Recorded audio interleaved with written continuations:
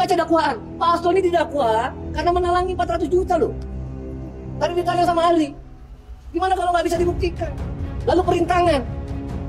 Yang mana yang merintang itu yang mana? Tidak boleh orang ketika orang protes terhadap pernyataan atau sikap dari aparat penegak hukum, lantas ini obstruction of justice.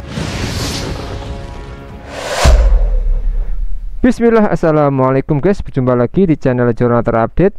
Memang sangat mengejutkan sekali fakta yang disampaikan oleh tim hukum Hasto Kristianto dari hasil sidang selama ini. Tentu hal tersebut bisa saja membuka peluang besar bagi hakim untuk bisa menuntut bebas terdakwa Hasto Kristianto guys. Jadi tak perlu berlama-lama, untuk lebih jelasnya langsung saja kita simak bersama-sama video ini guys. Bismillah. Ini persidangan Pak Hasto ini bisa dijadikan cermin. Ya. Cermin apa? Cermin penegakan hukum. Karena dia cermin, maka sebenarnya tidak hanya dialami oleh Pak Hasto. Kebetulan aja sekarang persidangannya Pak Hasto.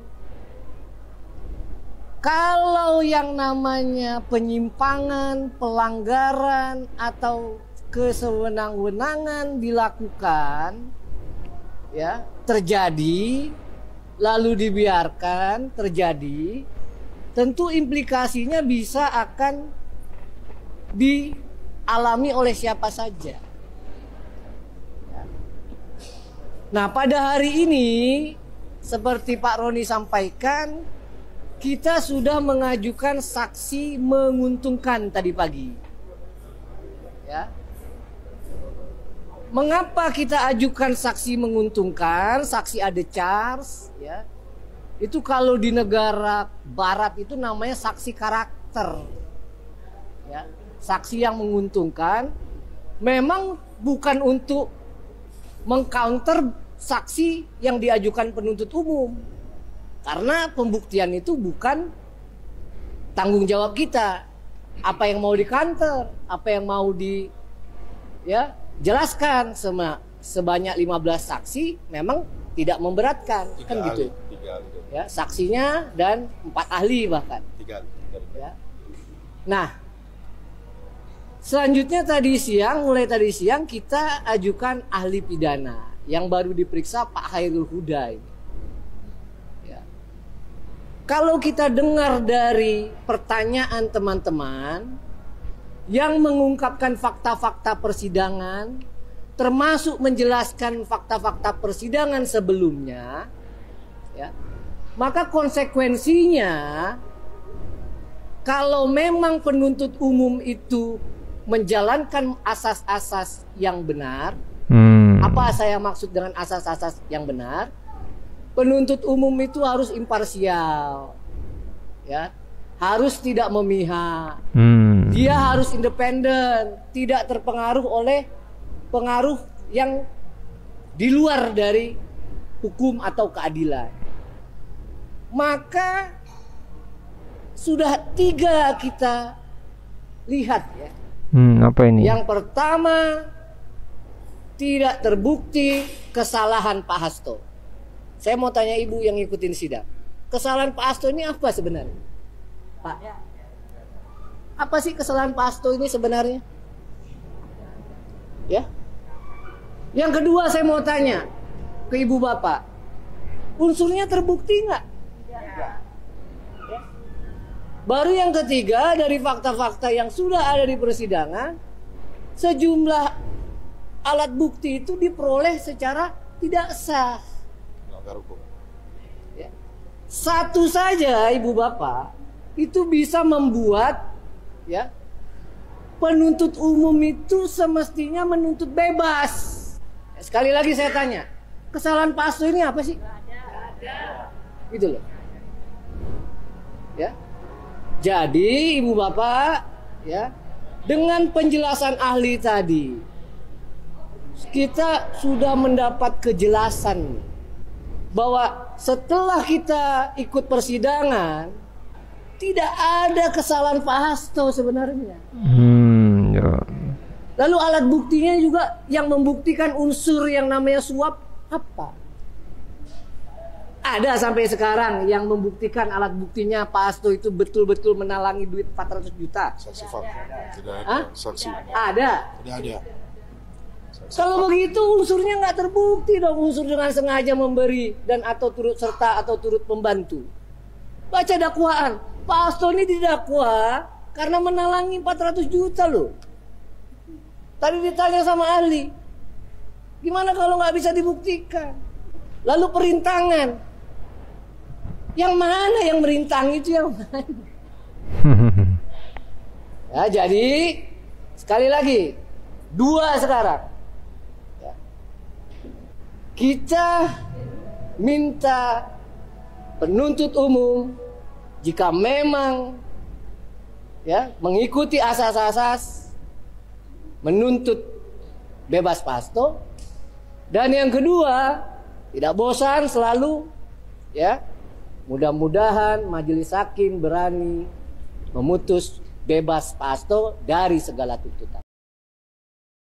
Saya kira begini, ada hal yang perlu untuk disampaikan dan diulang kembali, ya, bahwa keterangan-keterangan yang disampaikan oleh ahli ini mencoba meluruskan aturan-aturan yang diterapkan secara tidak benar selama ini.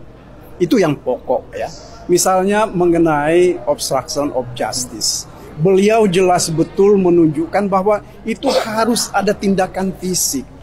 Ya. Jadi nggak bisa orang lagi tidur-tiduran dibilang dia melakukan obstruction of justice. Jadi mesti ada tindakannya, bukan hanya sekedar ngomong. Ya. Saya kira itu yang pertama. Kemudian yang kedua, yang perlu juga mendapat perhatian dari kita semua adalah mengenai soal perbuatan bersama-sama. Ya. Ahli tadi membenarkan perbuatan bersama-sama itu harus ada kegiatan fisik secara bersama, selain juga dipikirkan secara bersama. Jadi nggak bisa orang dianggap menjadi kawan peserta tanpa ngapa-ngapain. Ya. Ini yang kedua yang juga harus kita lihat secara persis. Nah, kemudian satu lagi saya kira terkait dengan dakwaan suap. Ya. Dakwaan suap ini pun ahli tadi mengatakan bahwa itu adalah delik material. Ya. Jadi ada tindakan fisik yang dilakukan oleh orang sebagai kawan peserta terkait dengan apa yang dikatakan sebagai suap menyuap. Oke. Jadi menurut hemat saya, misalnya ya, kalau kita pinjam uang kepada bank, kemudian uang itu kita gunakan untuk menyuap orang, maka nggak bisa orang bank itu menjadi salah seorang tersangka bersama-sama dengan saya misalnya, atau menjadi pembantu, karena ini dua perbuatan yang terpisah. Nah inilah sebenarnya yang kita harapkan dari ahli itu tadi, dia akan menerangkan lebih jelas sebenarnya, membuka cakrawala kita seperti apa itu perbuatan bersama-sama. Kemudian seperti apa persisnya perbuatan suap menyuap, dan juga apa persisnya perbuatan apa yang disebut dengan obstruction of justice. Ya. Karena begini saudara-saudara, aparat penegak hukum itu, ya, mereka itu sebenarnya kebal ya, dari hinaan. Mereka itu nggak bisa menyebut dirinya bahwa ketika mereka melakukan tugas dianggap langsung ada orang yang menghina mereka. Itu nggak boleh seperti itu. Ya. Karena mereka diberi kewenangan, yang kewenangan itu mereka bisa berbuat apa saja. Jadi ketika orang mempunyai kewenangan berbuat apa saja, kita protes. Ya. Itu bukan kita menghina dia, tetapi kita bicara tentang hak kita sebagai warga negara. Anda sudah menjalankan kewenangan di luar batas kewenangan. Nah ini dalam kaitannya dengan obstruction of justice itu seperti itu. Jadi tidak boleh orang ketika orang protes terhadap pernyataan atau sikap dari aparat penegak hukum, lantas ini obstruction of justice. Itu nggak boleh seperti itu. Saya kira itu sih yang pokok ya. Oke, jadi mantap, memang sangat lantang pengacara-pengacara dari Sekjen PDIP Hasto Kristianto. Jadi paling tidak ada 3 alasan penuntut umum itu dapat menuntut Sekjen PDIP Hasto Kristianto bebas. Yang pertama, memang kesalahan terdakwa tidak terbukti secara sah dan meyakinkan.